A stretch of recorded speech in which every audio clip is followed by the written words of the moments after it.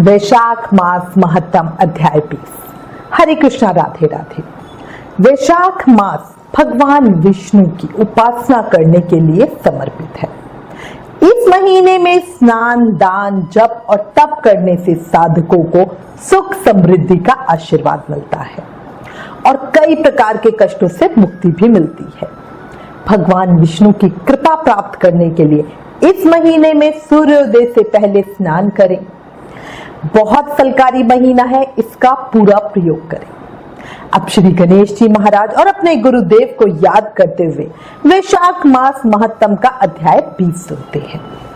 प्रथम पूज्य वंदन करूं महादेव के लाल, रिद्धि सिद्धि दाता तुम ही हो दीन दयाल। बोलो गणेश जी महाराज की जय।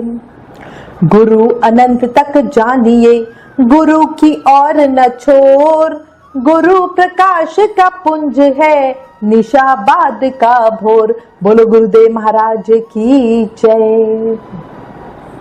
वैशाख मास महत्तम के अध्याय 19 में हमने बहुत सुंदर सत्यनिष्ठ और तपोनिष्ठ की पावन कथा को सुना और भागवत कथा के सुनने के महत्व को भी जाना। अब आज इस अध्याय में राजा पुरुयशा की पावन कथा को सुनेंगे। शुरू करते हैं। श्री शुतदेव जी बोले, हे राजन, मधुसूदन भगवान के प्यारे, पापनाशक वैशाख महत्तम का फल भी सुनो। पूर्व काल में पांचाल देश में पुरुयशा नामक एक राजा थे, जो पुण्यशील और बुद्धिमान राजा भूरियशा के पुत्र थे। पिता के मरने के बाद पुरुयशा राज्य सिंहासन पर बैठे। वो धर्म की अभिलाषा रखने वाले, शूरता, उदारता आदि गुणों से संपन्न और धनुर्विद्या में प्रवीण थे। उन महामती नरेश ने अपने धर्म के अनुसार पृथ्वी का पालन किया। कुछ समय के बाद राजा का धन नष्ट हो गया। हाथी और घोड़े बड़े बड़े रोगों से पीड़ित होकर मर गए। उनके राज्य में ऐसा भारी अकाल पड़ा जो मनुष्यों का अत्यंत विनाश करने वाला था। पांचाल नरेश राजा पुरुयशा को निर्बल जानकर उनके शत्रुओं ने उन पर आक्रमण किया और युद्ध में उनको जीत लिया। इसके बाद पराजित हुए राजा ने अपनी पत्नी शिखंडी के साथ पर्वत की गुफाओं में प्रवेश किया। साथ में दासी आदि सेवकगण भी थे। इस प्रकार छिपे रहकर राजा मन ही मन विचार करने लगा कि मेरी ये क्या अवस्था हो गई है। मैं जन्म और कर्म से शुद्ध हूँ, माता और पिता के हित में तत्पर रहा हूँ, गुरु भक्त हूँ, उदार हूँ, ब्राह्मणों का सेवक हूँ, धर्मपरायण, सब प्राणियों के प्रति दयालु, देव पूजक और जितेंद्रिय भी हूँ। फिर किस कर्म से मुझे ये विशेष दुख देने वाली दरिद्रता मिली है? किस कर्म से मेरी पराजय हुई और किस कर्म के फलस्वरूप मुझे ये वनवास मिला है? इस प्रकार चिंता से व्याकुल होकर राजा ने खिंचित से अपने सर्वज्ञ गुरु मुनिश्रेष्ठ याज और उपयाज का स्मरण किया। राजा के आह्वान करने पर दोनों बुद्धिमान मुनीश्वर वहां उसके सामने आ गए। उन्हें देखकर पांचाल नरेश उठकर खड़े हुए और बड़ी भक्ति के साथ गुरु के चरणों में मस्तक रखकर प्रणाम किया। फिर वन में पैदा होने वाली शुभ सामग्रियों के साथ उसने उन दोनों गुरुओं का पूजन किया और विनीत भाव से पूछा, हे विप्रवरों, मैं गुरु चरणों में भक्ति रखने वाला हूँ। मुझे किस कर्म से ये दरिद्रता, कोष हानि और शत्रुओं से मेरी पराजय मिली है? किस कारण से मेरा वनवास हुआ और मुझे अकेले रहना पड़ रहा है? मेरे ना कोई पुत्र है, ना भाई है और ना ही कोई हितकारी मित्र है। मेरे द्वारा सुरक्षित राज्य में इतना भारी अकाल कैसे पड़ गया? कृपया ये सब बातें मुझे विस्तार पूर्वक बताइए। राजा के इस प्रकार पूछने पर वो दोनों मुनिश्रेष्ठ कुछ देर ध्यानमग्न रहे और उसके बाद बोले, राजन, तुम पहले के 10 जन्मों तक महाप्यापी व्याध रहे हो। व्याध होते शिकारी जो जानवरों को मारते हैं। उस समय तुम संपूर्ण जीव मात्र की हिंसा में तत्पर रहे। तुमने कभी भी विष्णु भगवान का ना नाम लिया, ना ध्यान किया और ना ही उनको कभी नमस्कार किया। हे राजन, ऐसा करते करते तेरे 9 जन्म बीत गए। फिर 10वें जन्म में तुम सहाय पर्वत पर फिर से व्याध बनकर उत्पन्न हुए। वहां सब लोगों के प्रति क्रूरता करना ही तुम्हारा स्वभाव था। तुम मनुष्यों के लिए यम के समान थे, दयाहीन, शास्त्रजीवी और हिंसापरायण थे। अपनी स्त्री के साथ रहते हुए राह चलने वाले पथिकों को तुम बड़ा कष्ट दिया करते थे, बड़े भारी दुष्ट थे तुम। इस प्रकार अपने हित को ना जानते हुए तुमने बहुत साल व्यतीत किए। जिनके छोटे छोटे बच्चे हैं, ऐसे मृगों और पंछियों के वध करने के कारण तुम दयाहीन दुर्बुद्धि को इस जन्म में कोई पुत्र नहीं मिला। तुमने सबके साथ विश्वासघात किया, इसलिए तुम्हारा कोई भी भाई नहीं है। मार्ग में सबको तुम पीड़ा देते रहे, इसलिए तुम इस जन्म में मित्र रहित हो। साधु पुरुषों के तिरस्कार से शत्रुओं द्वारा तुम्हारी पराजय हुई। कभी दान न देने के दोष से तुम्हारे घर में दरिद्रता प्राप्ति हुई। तुमने दूसरों को सदा उद्वेग में डाला, इसलिए तुम्हें दुस्सहाय वनवास मिला। सबके अप्रिय होने के कारण तुमने असहाय दुख मिला। तुम्हारे क्रूर कर्मों के फल से ही इस जन्म में मिला हुआ राज्य भी छिन गया। अब हम तेरे सतकुल में जन्म लेने का कारण भी तुझे बताते हैं। जब 10वें जन्म में तू गौड़ देश में था, तब पथिकों को बड़ा कष्ट दिया करता था। एक दिन कंटकमय वन में 2 धनी वैश्य और एक मुनि जिनका नाम कर्षण था, वहां से गुजर रहे थे। तूने उनमें से एक वैश्य को मार दिया और उसका सब धन छीन लिया। दूसरा वैश्य अपनी जान बचाकर भागा और अपना धन कहीं लताओ पताओ में फेंक गया। वे मुनि भी अपनी मृत्यु के डर से धूप में भागे, पर प्यास और धूप से व्याकुल होकर मूर्छित होकर गिर पड़े।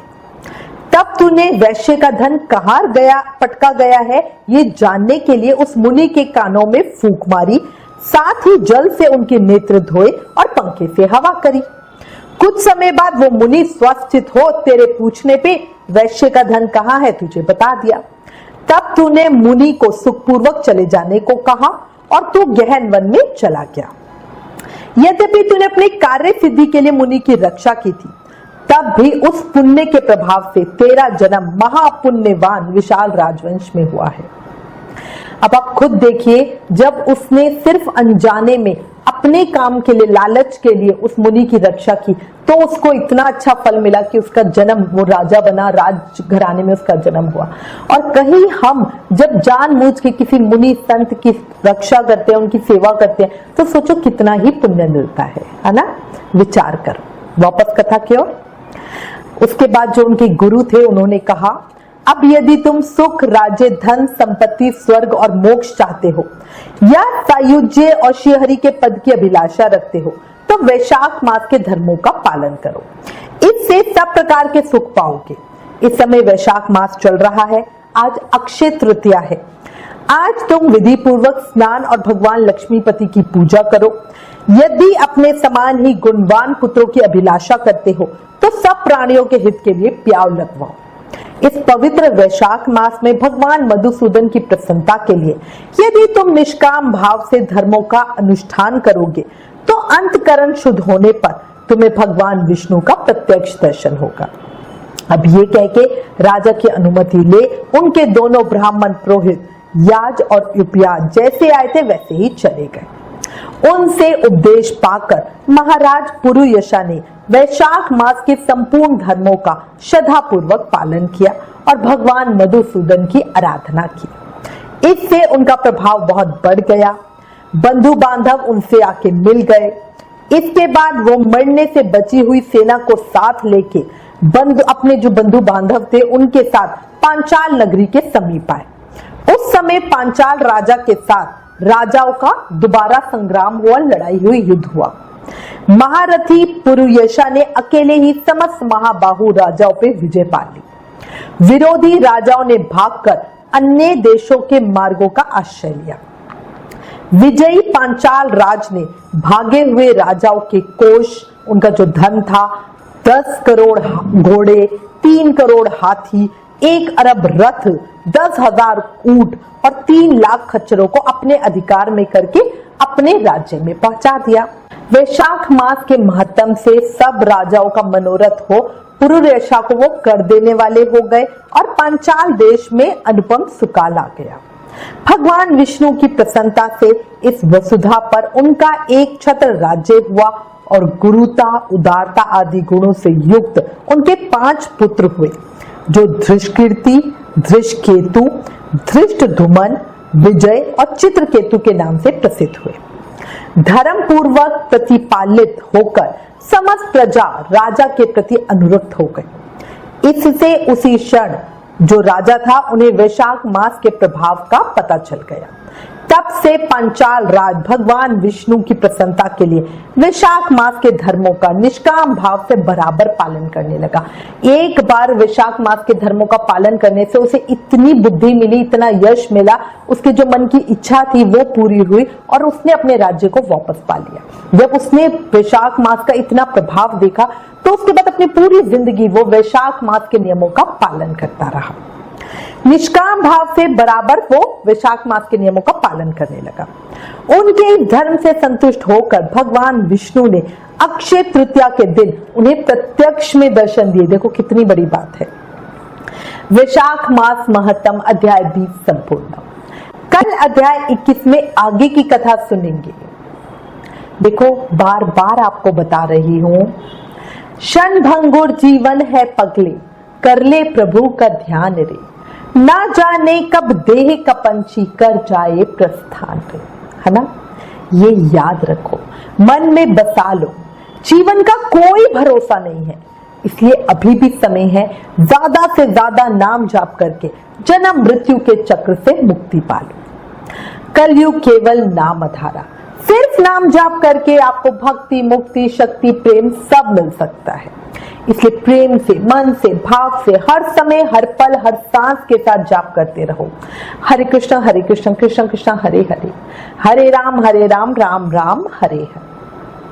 लास्ट में रिक्वेस्ट है, प्लीज इन वीडियोस को ज्यादा से ज्यादा शेयर करके वैशाख मास के प्रभाव को सबको बताओ। अपने शास्त्रों का ज्यादा से ज्यादा प्रचार करो, ये भी एक सेवा है।